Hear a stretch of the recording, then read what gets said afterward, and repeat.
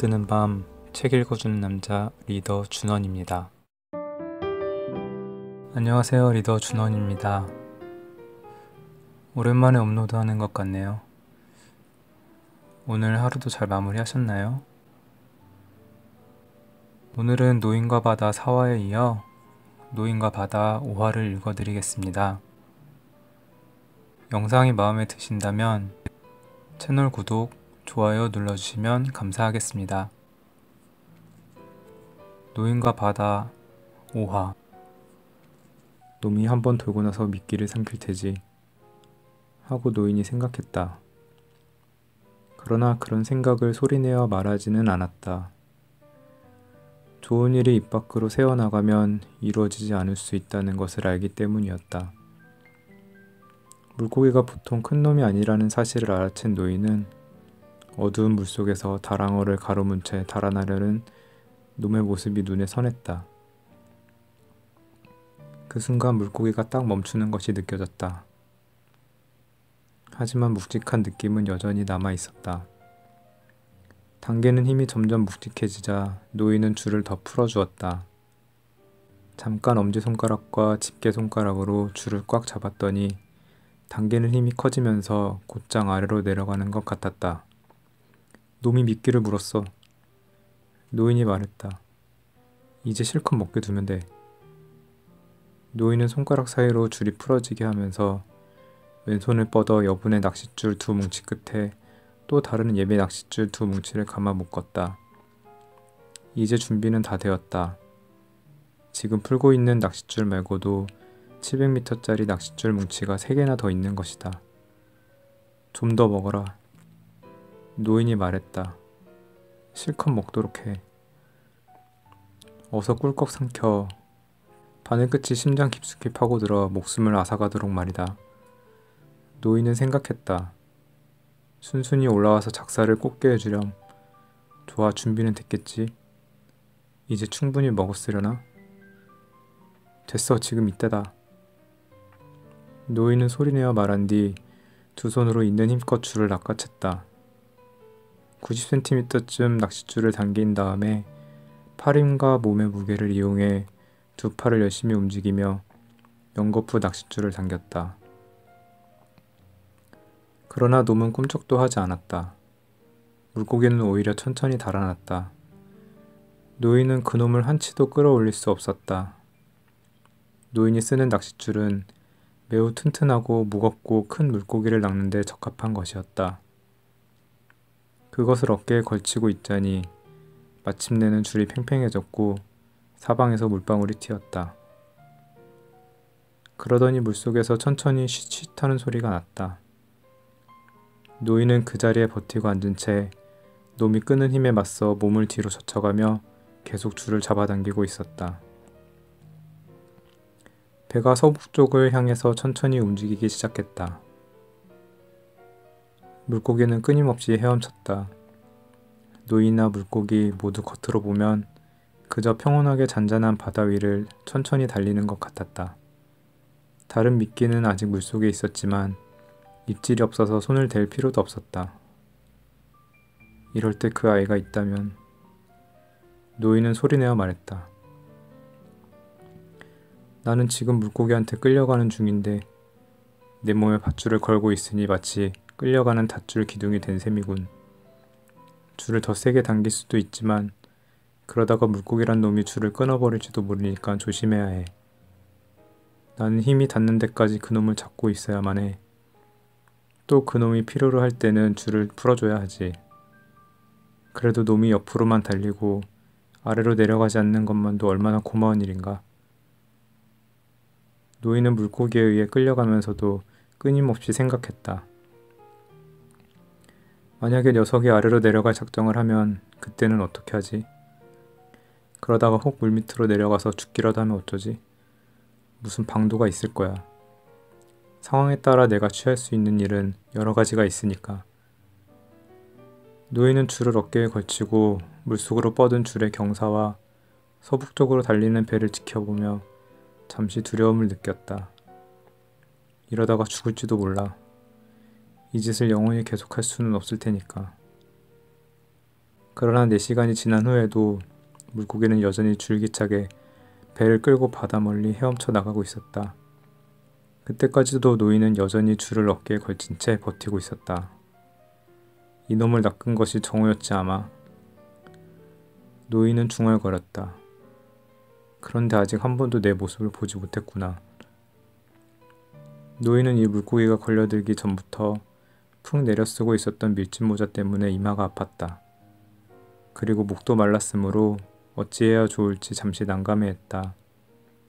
할 수 없이 노인은 무릎을 꿇고 앉아서 갑자기 줄이 당겨지지 않도록 조심했다. 그러면서 될 수 있는 한 이물 쪽으로 가까이 다가가서 한 손으로 물병을 잡았다. 노인은 마개를 열고 물을 조금 마셨다. 그러고는 이물에 기대어 잠시 쉬었다. 돛대 받침에 꽂지 않은 돛대에 앉아 쉬면서 물고기와의 싸움에서 버텨내야겠다는 생각 외에는 아무 생각도 하지 않았다. 뒤를 돌아봤지만 육지는 보이지 않았다. 하지만 그런 것은 상관없어.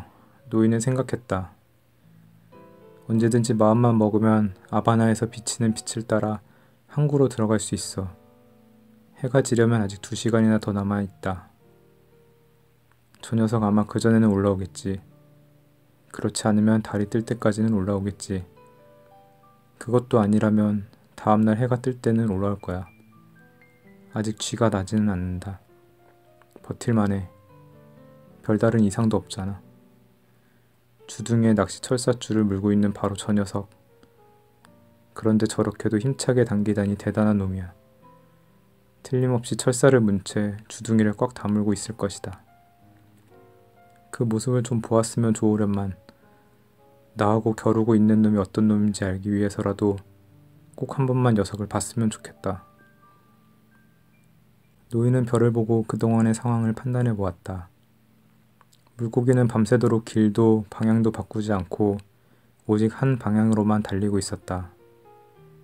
해가 지고 나니 추워졌고 노인의 등과 팔다리에서 흘러내렸던 땀이 차갑게 말라붙었다.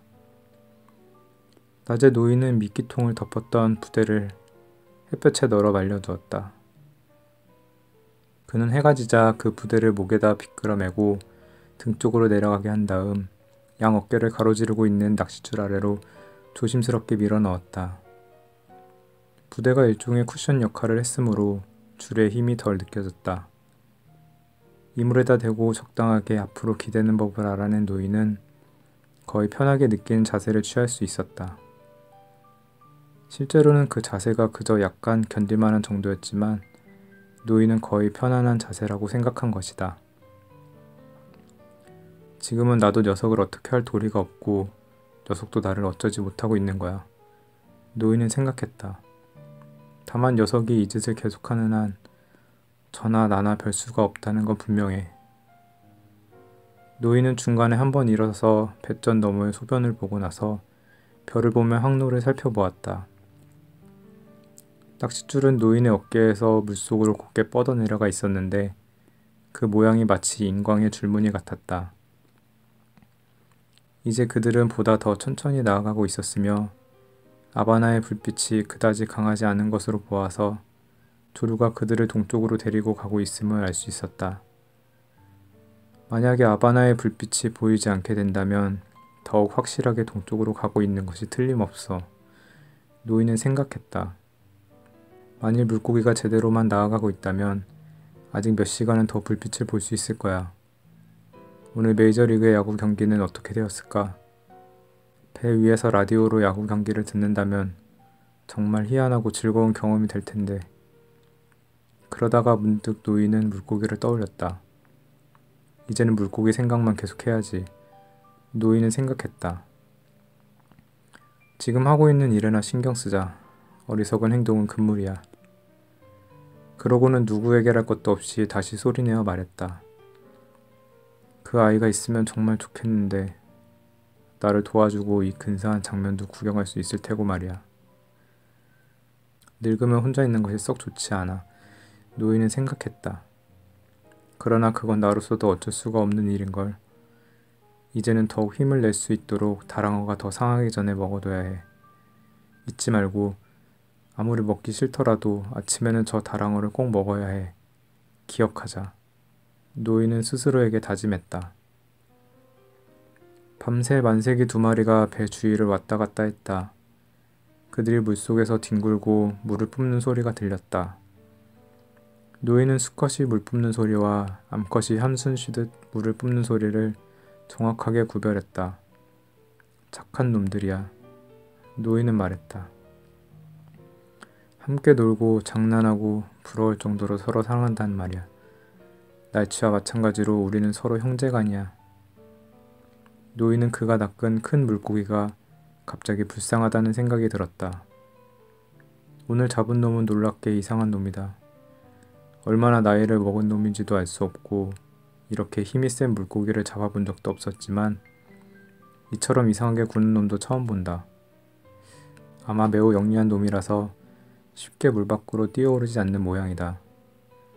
만약 놈이 갑자기 뛰어오르거나 사납게 돌격이라도 하면 나는 칠 수밖에 없다. 노인은 생각했다.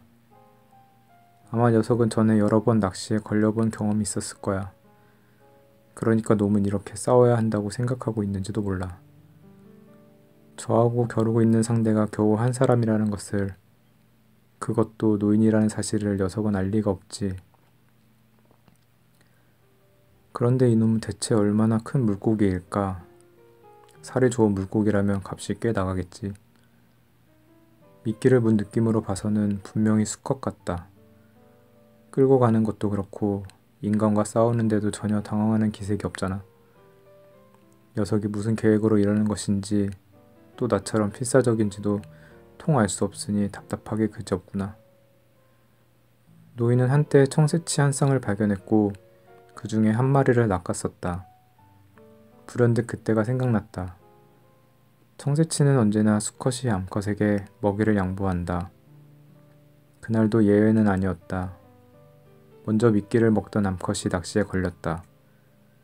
암컷은 공포에 질려 맹렬하게 버둥대다가 마침내 기진맥진해버렸다. 그때 수컷은 시종일관 암컷 옆에 붙어서 낚싯줄을 넘나들며 해면을 돌고 있었다. 수컷이 너무나 바싹 붙어있는 통에 노인은 조마조마했었다. 수컷의 몸통에서 나처럼 날카롭고 크기나 모양마저 나처럼 생긴 꼬리가 보였기 때문이다.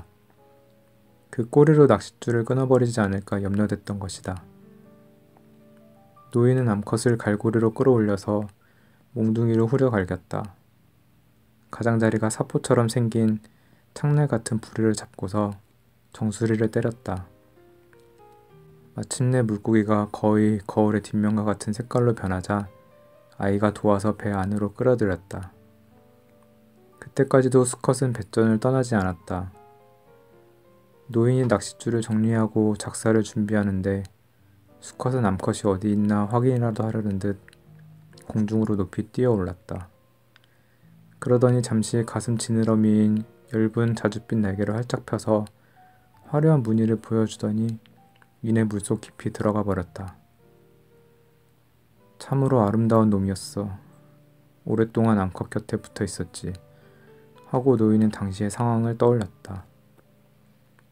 그것이 평생 고기잡이를 하면서 본 광경 중에서 제일 슬픈 광경이었지. 노인은 생각했다. 그 아이도 슬퍼했지. 그 아이와 나는 물고기에게 용서를 구하기까지 했었어. 그리고 이내 암컷을 처치해버렸는데 그 아이가 지금 여기 있다면 얼마나 좋을까. 노인은 습관적으로 중얼거리며 둥구스름한 이물의 널빤지에 몸을 기댔다. 등을 가로질러 맨 낚싯줄을 통해 선택한 방향으로 꾸준히 달리고 있는 물고기의 무게를 느낄 수 있었다. 내게 걸려든 이상 너도 어떤 짓이든 해야만 했을 거야. 노인은 생각했다. 이런 경우 대부분 물고기의 선택이란 모든 올감이나 함정 그리고 배신이 미치지 못하는 아주 멀고 깊고 어두운 바닷속에 남아있자는 것이지. 하지만 나의 선택은 이 세상 모든 사람을 다 제쳐두고서라도 바로 나 자신이 그를 찾아서 그곳으로 가는 것이다. 우리는 정오부터 오로지 둘만 같이 있게 된 거야. 물고기나 나나 주위에 아무도 없으니 둘 다 어떤 도움도 받을 수 없어. 아마 나는 어부가 되지 말았어야 했는지도 몰라. 순간 노인은 그런 생각을 했다.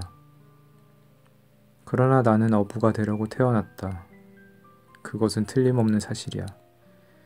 그러니 날이 밝거든 잊지 말고 꼭 다랑어를 먹어야 해. 노인은 다시 다짐을 했다.